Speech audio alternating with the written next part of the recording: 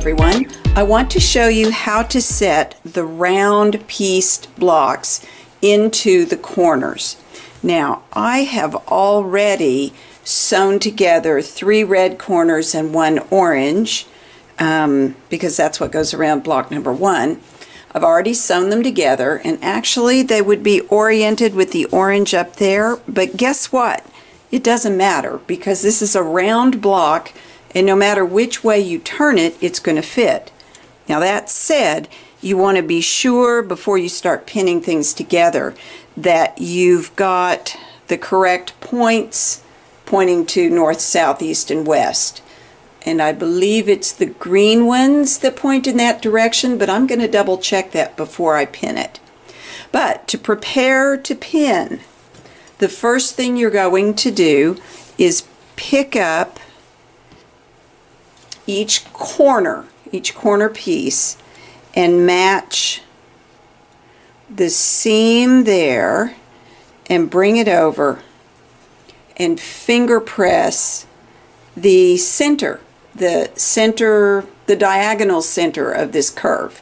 Once you finger press it, you'll open it up and put a pin there so you can find that point again. And I'm going to do the other 3 diagonal centers off camera, and I will join you again in just a little bit.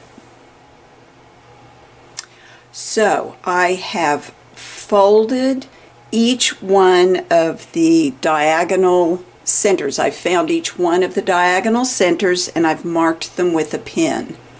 And I did decide that, yes, it's the green points that are at north, south, east, and west. The next thing I want to do is lay the block flat on my table with the corners on top of it.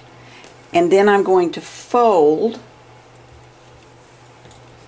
the corner fabric in at the diagonal centers and at the north, south, east, and west points. Let me reach under here and do that. All right, now this is, I'm assuming, this is a teachable moment. When you look at my block, and let me zoom in here a little bit, you'll notice that I've got some extra seams in my red corner fabric, like right there. What happened is I miscut my corner squares. They were short, and I had to add more fabric to that those rectangles that I cut short because there wasn't any more fabric for me to get to be able to not do that. So here's the thing. If you do that yourself, if you make mistakes in your cutting, find a way to fix it. Having the extra seams is not a big deal. The only thing I do have to do is make sure that I remember of these 2 seams, which one is the one that matches up with the center, and it's where the red and orange meet. So what I'll be doing, let me pull this in even a little more. What I want to do now is use positioning pins. I'm going to turn this just a little bit so it's easier for me to pin. I want to put a positioning pin in 1/4 inch down there, and I'm going to match it up with that point. I'm going to ooch that out, and then I'm going to pin that in position. And I will rotate this and move to the next pin, and honestly I can take out that positioning pin and put it back in at about 1/4 inch down. Now that's a little bigger than 1/4 inch. I'm going to put my pin in just a little bit to the outside there. It's going to line up, it's going to all come out in the wash right there, and I'm going to pin like that. And in this case I'm going to put a pin on both sides of that positioning pin, and this is a positioning pin that I can take out. So I'm going to, and I'm going to rotate and do the next one, and so on. Now I'm going to work my way all the way around here, marking those north, south, east, and west, and the diagonal centers.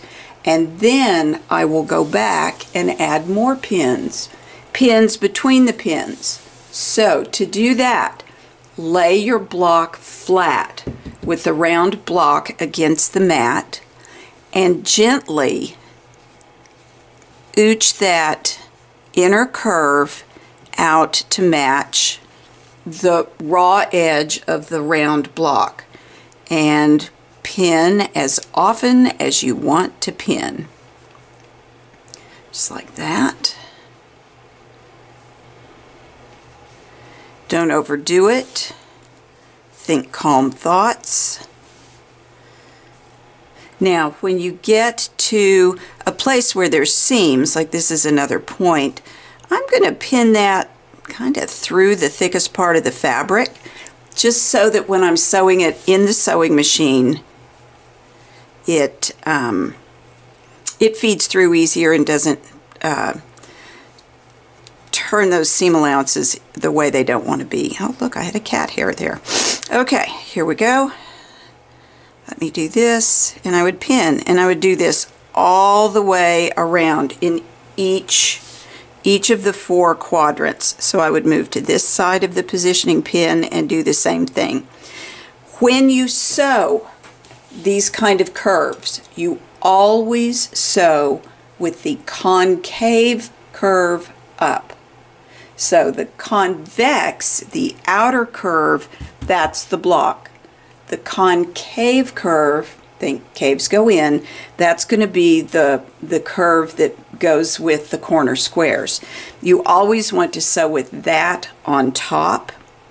And when you put this in the machine, and I'll take a video of this, but when you put it in the machine, your presser foot and your 1/4 inch mark will line up here, but you never, never, never want to try to pull this straight in front of it. The sewing motion is always one where you feed that curve under the space to meet your 1/4 inch line. You sort of rotate it in and reposition your hand and rotate it in. This is really easy sewing. So that's how you pin and prepare the corners to sew to the round blocks. I hope you enjoy this. If you've not done curved piecing before, this will be a revelation. I want to show you how to handle this round edge as you're sewing it on the sewing machine. First, don't sew over pins. At least on my machine, I don't want to sew over pins. It doesn't like it. Now, notice that I'm carefully feeding that rounded edge under the presser foot right there. And I'm not trying to pull it straight in front. I'm letting it move in. Always do your best to keep those raw edges together. Now the underneath one, the dark navy fabric in this case, it's been handled more. It ravels a little bit more, so I'm seeing some of those raveled edges. But I don't want the navy fabric to not be even with the corner fabric. As you need to, you can pull the fullness out of the way and continue to feed flat fabric under the presser foot. And I'm using one of the Appliquick rods. This time I'm using the heavier one because it's easier to hold in my hand. And I find it very useful for keeping the fabric flat and smooth as it feeds under the presser foot and then into the needle. As you come up on a seam that's thicker, I'm going to sew a little bit closer, remove that pin, and then I'm going to use the end of the Appliquick rod to help move that under and into the sewing area so that the two fabrics don't move apart from each other. I want everything to stay together, just like that. Now, One of the things that helps me for this is that I did pre-wash. I washed all of my fabric in the washer, dried it in the dryer, so it stays together really well as I sew it. Let me think, is there anything else here? I don't think so. I think that's it. You just slowly work your way around the seam. Keep your eye on the edge of your 1/4 inch foot. You know where your perfect seam allowance is, and sew that.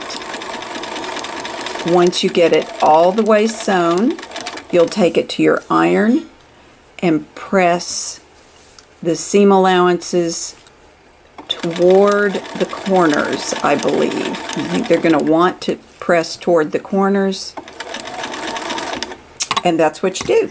So, I hope you enjoy this. And again, if you've not done curved piecing before, I think you're going to be very surprised at how easy this is. So, enjoy.